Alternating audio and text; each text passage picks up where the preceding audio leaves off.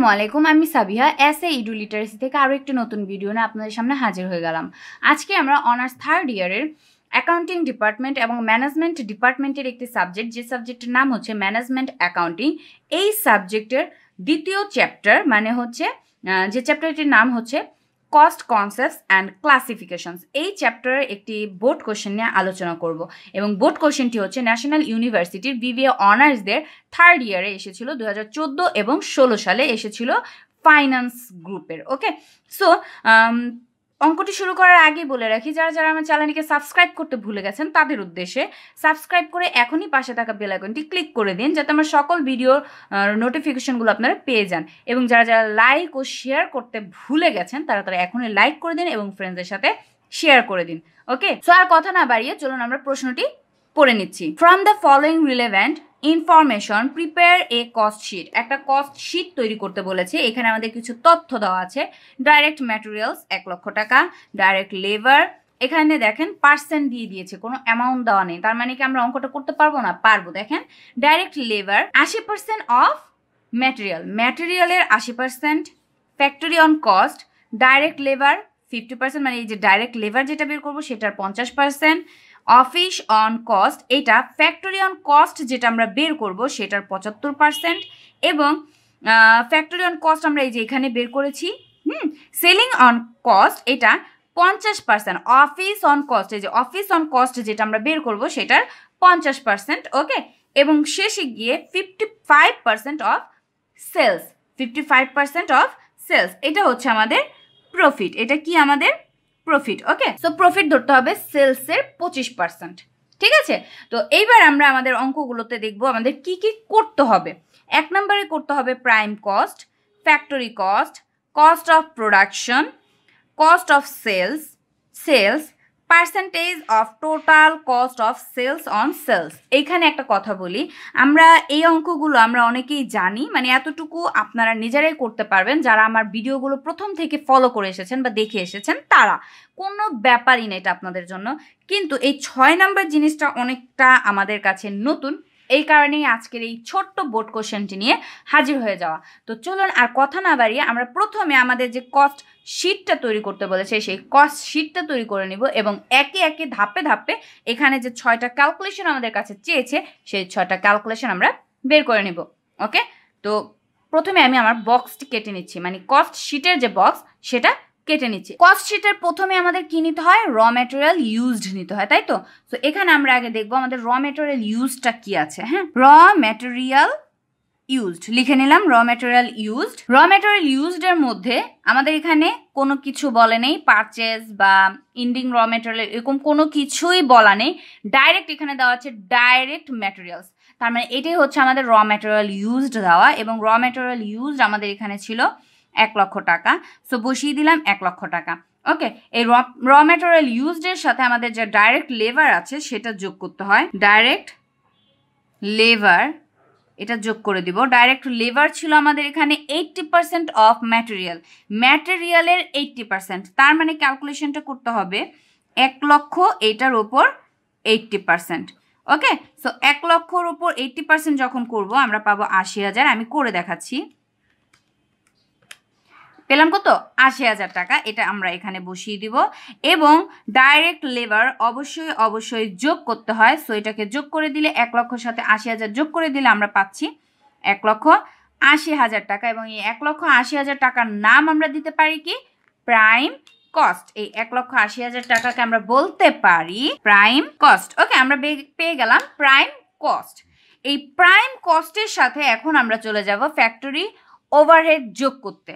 So লিখে দিব এখানে যোগ ফ্যাক্টরি ওভারহেড। এখানে ফ্যাক্টরি ওভারহেডের ভিতরে যেরকম আলাদা কোনো কিছু যেহেতু নেই, সো আমরা ডাইরেক্ট লিখে দিব ফ্যাক্টরি অন কস্ট, যেটা আমাদের প্রশ্নে দেওয়া ছিল। ফ্যাক্টরি অন কস্ট এখানে বলেছে 50% of direct labour. Direct labour ছিল আমাদের 80,000, এই 80,000-এর ওপর আমরা কত করব? 50% করব, আমরা পেয়ে যাব ফ্যাক্টরি অন কস্ট। তাহলে 80,000 ইন্টু 50% আমরা পেয়ে যাচ্ছি 40,000। এখানে ডাইরেক্ট এই 3 নাম্বার ঘর আমরা বসিয়ে দিব 40,000 টাকা। এবং 1,80,000 80,000-এর সাথে যখন আমরা 40,000 যোগ করব আমরা পেয়ে যাব এখানে 2,20,000 টাকা। কারণ এখানে দেখেন ফ্যাক্টরি অন কস্ট আমি যোগ লিখেছি, সো যোগ করলাম 2,20,000 টাকা। এই 2,20,000-এর এই যে 2,20,000 টাকা পেলাম, এই 2,20,000-এর নাম আমরা দিতে পারি তিনটা। প্রথমে আমি প্রশ্নে আমাদের যে দুইটা জিনিস চেয়েছিল, 1 নম্বরে চেয়েছিল প্রাইম কস্ট, এই যে আমি বের করে নিয়েছি 1 নাম্বার। 2 নম্বরে চেয়েছিল আমাদের, এখানে দেখেন আমি তিনটা নামই এখানে লিখে দিচ্ছি। 2-এ চেয়েছিল ফ্যাক্টরি কস্ট, এই বের করেছি। এই যেটা বের করলাম না এটাকে আমরা ফ্যাক্টরি কস্ট বলতে পারি। এবং 3 নম্বরে যেটা চেয়েছিল কস্ট অফ প্রোডাকশন, এই অ্যামাউন্টটাকে আমরা বলতে পারি কস্ট অফ প্রোডাকশন। ঠিক আছে, এটাকে বলতে পারি কস্ট অফ প্রোডাকশন। এবং আরও একটা জিনিস বলতে পারি, এটা 4 আমি দিব না, কারণ আমাদের প্রশ্নে কিন্তু এখানে 4-এ অন্য কিছু চেয়েছিল, যেটা এখানে আমি লিখবো না। এই কারণে আমি এখানে অবলিক দিয়ে লিখে দিব total manufacturing cost. Total manufacturing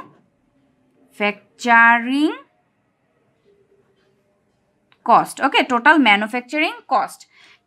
এখানে একটা কথা আছে, এই দুইটা নাম ম্যানুফ্যাকচারিং কস্ট এবং ফ্যাক্টরি কস্ট, এই দুইটা নাম আমি বলতেই পারি এটাকে, বাট কস্ট অফ প্রোডাকশন এটা কিন্তু অ্যাকচুয়ালি এটার নাম না, এটা হচ্ছে আরেকটু পরের নাম। মানে আরও কয়েকটা কাজ আছে, সেগুলো শেষ করার পরে গিয়ে আমরা এটা পাই কস্ট অফ প্রোডাকশন।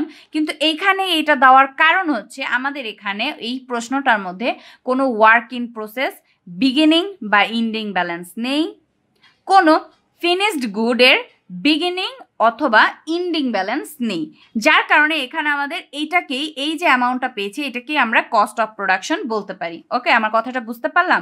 তার মানে এই যে অ্যামাউন্টটা পেলাম, এই অ্যামাউন্টের তিনটা নাম আছে, একটা হচ্ছে ফ্যাক্টরি কস্ট অথবা কস্ট অফ প্রোডাকশন।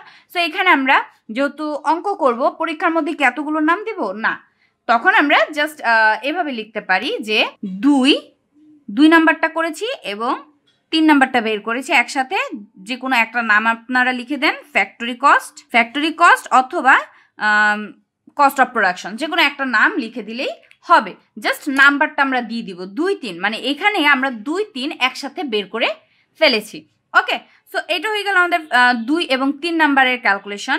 তারপরে চলে যাব ফ্যাক্টরি অন কস্ট। এটার পর আমাদের যে বাদবাকি কাজগুলো করতে হয়, মানে ওয়ার্ক ইন প্রসেসের বিগিনিং এবং এন্ডিং ব্যালেন্স যোগ বিয়োগ করতে হয়, এবং ফিনিশড গুডের বিগিনিং ব্যালেন্স যোগ এবং এন্ডিং ব্যালেন্স বিয়োগ করতে হয়, সেগুলো তো আমাদের এই অঙ্কে নেই।